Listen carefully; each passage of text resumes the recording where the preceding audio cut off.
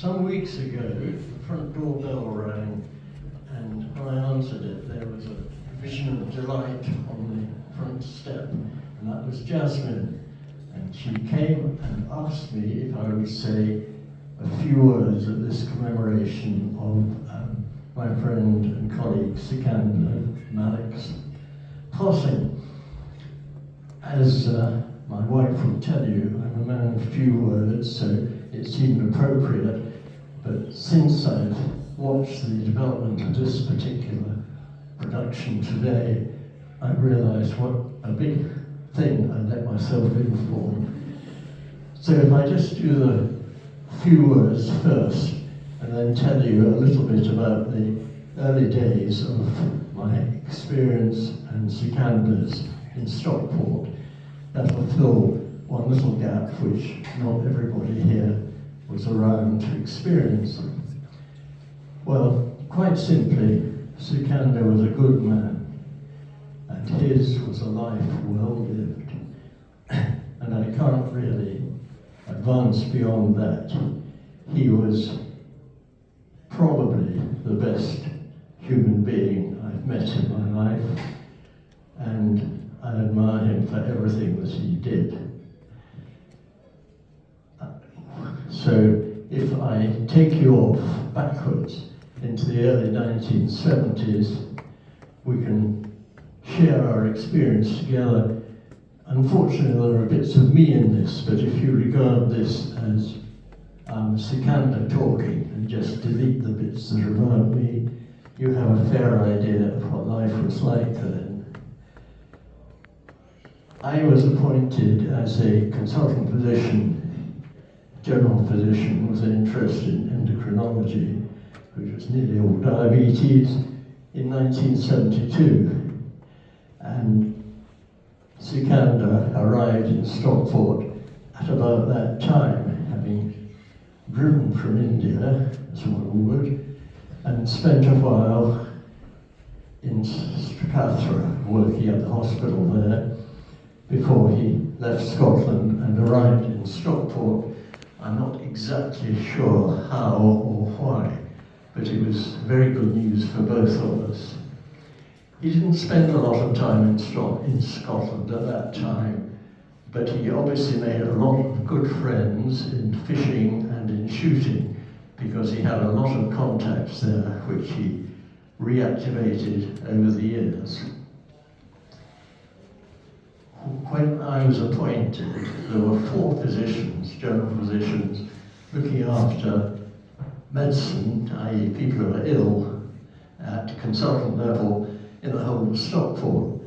There are scores of such consultants now. They recently appointed 3 consultant cardiologists at one go, just to give you an example. But we ran the thing as best we could among the 4 of us. There was, try and get them in the right order. There was Bob Fulton, who was a cardiologist, a Scot. He probably was the person who introduced anticoagulation for coronary artery disease in hospital in this country, but nobody seems to have given him the credit for this, so I'll do that now. There was David Garn, who was Egyptian and thought in French, and so had to translate what he was thinking to us in his faultless and elegant English. There was James McNamara, who was an Irishman, who was the youngest of the 3 at that time, and pretty well the life and soul of the party. 2 of these folk had medical wives. David Garn was unmarried at the time, and I was married to Moira with 2 young children. So when we arrived in Stockport from completely different directions, we initially knew nobody there at all, because Sikander had come from India and I'd come from my home counties, and for both of it was really like foreign travel. The wonderful thing about Stockport, I found as soon as I arrived, was how amazingly friendly the people were. coming from the south where people are rather prickly, like New Yorkers are in America, I was just astonished at the unconditional welcome that I got wherever I went. I remember buying a Sunday paper to try and discover what the geography of Stockport was and where the other consultants lived. And at the newsagents, I might have been their long-lost son for the reception I got. And it was all like that. It really was marvellous. And that is the sort of kindness that Sikander experienced too, and which he reflected throughout his life. He was an absolutely wonderful human being. Now I'm going to give you a whole lot of medicine interwoven with this little talk for the benefit of his family, who, so far as I can see, are pretty well all medical now, but I'll leave that apart. How our paths crossed was that Sikander had, although he'd been a registrar in India and at Stracathra, he came to Stockport as the senior house officer to James McNamara. And one day, James got a pain in his chest, sat up in bed and wrote his will, and died of a coronary at the age of 51. That was a bit of a disaster for Sikander, because going for a medical interview for another job, it wouldn't be exactly good news for the people thinking of appointing you. Your previous boss had died on the job. So he was doing some locums after that appointment for a while, and then a registrar job came up at Stepping Hill, and we were lucky enough to be able to appoint him to that, and he worked for quite several years at Stepping Hill. A lot of our history and a lot of our experience is very similar, because he was, after that, a practitioner in general practice with general practice patients, and I, with my diabetes, was effectively a general practitioner in hospital, all of whose long-term patients had diabetes. So there was considerable parallels. And at that time, we didn't know anybody in Stockport. We had young children, which was a bit limiting because childcare was non-existent in those times. So we really saw a lot of our fellow doctors and junior doctors by way of social life, and we had really good times with Sikander and the other folk who were around at that time, of whom I will mention one in particular, a chap called Stavros Manolagos, who came to this country with the burning intention of becoming a famous endocrinologist. I wasn't famous, but I was a starting point for him. So he got an appointment at Stepping Hill as an SHO, and we worked together for a while. And after that, he moved on to another of my colleagues who was an endocrinologist, and has finished up at Little Rock in Arkansas with 2 professorial chairs and a wonderful research unit. He told me that he would find the cause of osteoporosis and cure it.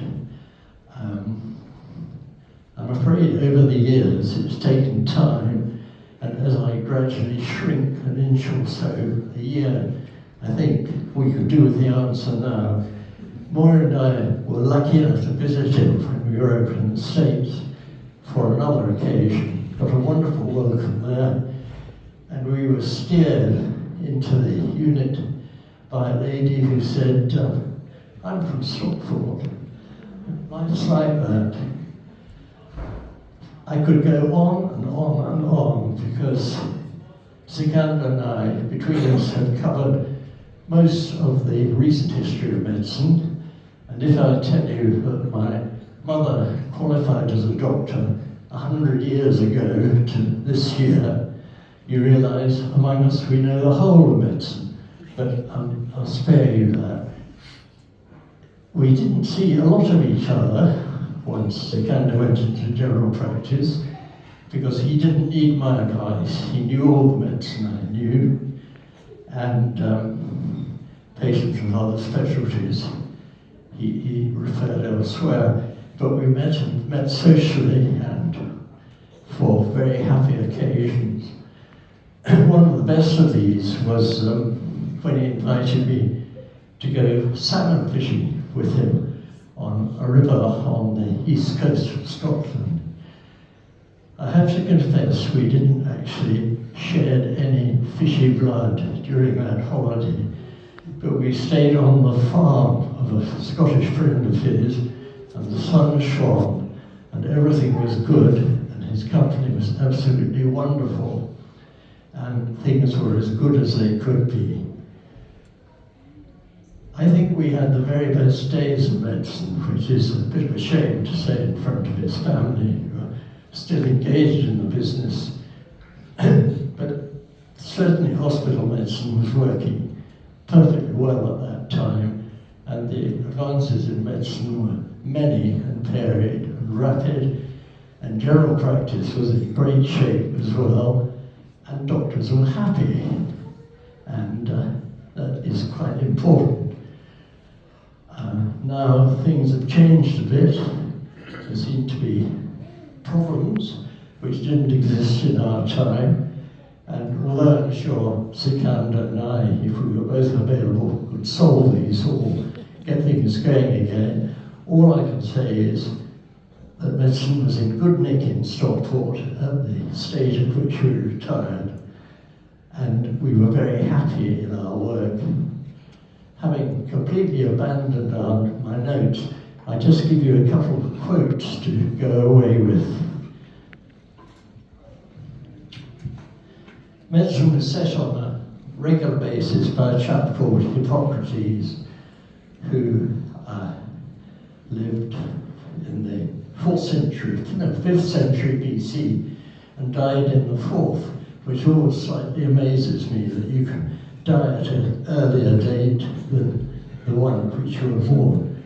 And he had many sayings,